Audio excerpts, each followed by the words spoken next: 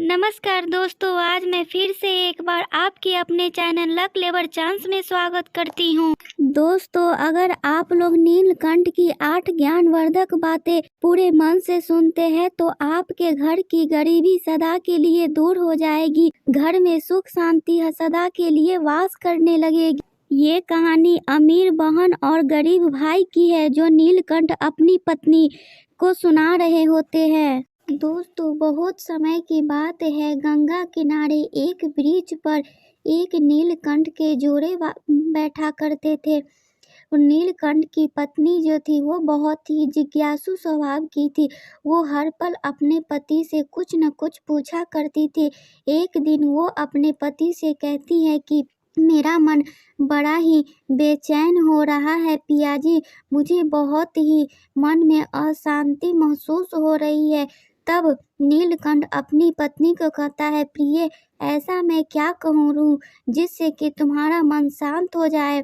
तब नीलकंठ की पत्नी बोलती है कि पियाजी, कोई ऐसी कहानी सुनाइए जिससे कि मेरा मन शांत हो जाए। तब नीलकंठ बोलता है कि मैं तुम्हें एक अमीर बहन और गरीब भाई की कहानी सुनाता हूँ, जो कि बहुत ही ज्ञानवर्धक कहानी है। इसमें तुम्हें 8 ज्ञान की बात सुनने को मिलेंगे। तुम पूरे मन से इस कहानी को सुनना। माना जाता है कि इस कहानी को सुनने से घर में गरीबी दूर हो जाती है, धन की सारी समस्याएं खत्म हो जाती है। ये कहानी से ये भी हमें कैसे एक भाई बहन को अपना रिश्ता बना कर रखना चाहिए ताकि वो भाई बहन का रिश्ता लंबे समय तक अटूट विश्वास के साथ बना रहे। तब नीलकंठ की पत्नी बोलती है कि पियाजी, ये कहानी इतना ही ज्ञानवर्धक है तो आप हमें ये कहानी सुनाना शुरू करिए। ये कहानी सुनने से पहले एक बात और जान जाओ प्रिय, तुम्हें ये भी इसमें पता चल जाएगा कि गरीब क्यों होते हैं लोग, गरीबी क्यों आती है, किस कारणों से गरीबी का सामना करना पड़ता है। हमें ऐसा कौन से कर्म नहीं करने चाहिए जिससे कि हमें गरीबी का सामना न करना पड़े। ऐसे ही कई और सवालों के जवाब तुम्हें इस कहानी में मिल जाएंगे प्रिय। आज की कहानी बहुत ही प्रेरणादायक कहानी है। इस कहानी के माध्यम से तुम्हें 8 ज्ञानवर्धक बातें भी पता चल जाएगी। ये कहानी सुनकर कोई भी आदमी अपनी गरीबी को दूर कर सकता है। ये कहानी बहुत ही शिक्षाप्रद कहानी है, इसीलिए ये कहानी तुम पूरे मन से सुन। नीलकंठ की पत्नी बोलती है, पियाजी, अगर ये कहानी इतनी ही अच्छी है तो आप हमें कहानी सुनाना शुरू करिए। मैं पूरे मन से ये कहानी सुनूंगी और इस कहानी में बताई गए 8 बातों को मैं अपने जीवन में अमल करूंगी।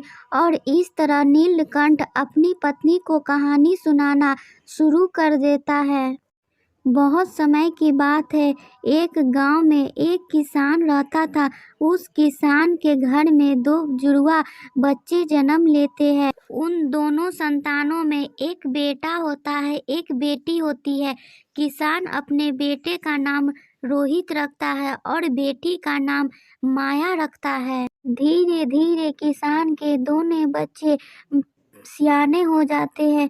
जब वो विवाह योग्य हो जाता है तब किसान को अपने बच्चे के विवाह की चिंता सताने लगती है। एक दिन वो किसान किसी काम से शहर में जाता है। वहाँ उसे एक व्यापारी का पुत्र पसंद आ जाता है। उस व्यापारी के पुत्र के साथ वो किसान अपनी पुत्री का विवाह कर देता है। इस प्रकार माया अपने पिता के घर से विदा होकर अपने ससुराल चली जाती है। अब बेटी के विवाह के बाद वो किसान अपनी पुत्र की विवाह के बारे में सोचने लगता है। वो सोचते रहता है कि पुत्री तो अपने घर की हो गई, अपने घर संसार में लग गई। अब मुझे अपने बेटे का भी शादी कर देना चाहिए ताकि वो भी अपने घर संसार में लग जाए। अगर ऐसा हो जाएगा तो मैं अपना शेष जीवन हंसी खुशी से अपने बच्चों के साथ बिताऊंगा। दोस्तों, इतनी कहानी सुनाने के बाद नीलकंठ अपनी पत्नी से कहता है, प्रिय भगवान की लीला बहुत ही निराली है। कब कौन कब किस समय अमीर बन जाए और कब कोई गरीब बन जाए, ये कोई नहीं जानता है। हर पल हर क्षण समय बदलते रहता है। उस अमीर किसान के साथ भी कुछ ऐसा ही हो जाता है। वो किसान किसी बड़ी बीमारी की चपेट में आ जाता है। ये सब देखकर किसान का बेटा उसे सहन नहीं होता। वो बड़े से बड़े वैद्य को बुलवाता है, बड़ी से बड़े हकीम को बुलवाता है और अपने पिता का इलाज करवाता है। बड़ी महंगी महंगी दवाएं लाता है ताकि उसके पिता जल्दी से ठीक हो जाए। अपने पिता के इलाज में वो बिल्कुल कंगाल हो जाता है, फिर भी उसके पिता ठीक नहीं होते। तब एक दिन वो किसान अपने पुत्र को अपने पास बुलाता है और बोलता है, बेटा, जब कोई समस्या हमारे बस में नहीं होता, उसका कोई निवारण नहीं होता, ऐसी स्थिति में उस समस्या को भगवान पे छोड़ देना चाहिए। बेटा, तुम मेरी चिंता अब छोड़ दो और अपनी चिंता करो। मेरा क्या है, मेरा तो समय हो चुका हूँ। आज नहीं तो कल मैं भगवान के पास चला जाऊँगा। मेरा तो कभी भी बुलावा आ सकता है। इसलिए बेटा, मैं तुम्हें कहता हूँ, तुम मेरी चिंता छोड़ो और तुम विवाह करके अपना घर संसार बसा लो। ये सब सुनकर रोहित एकदम से चुप हो जाता है। वो बेचारा और क्या कर सकता है। घर में जितनी भी धन संपत्ति थी, पिता के इलाज में सब खत्म हो चुका था और अब वो करता भी तो क्या करे।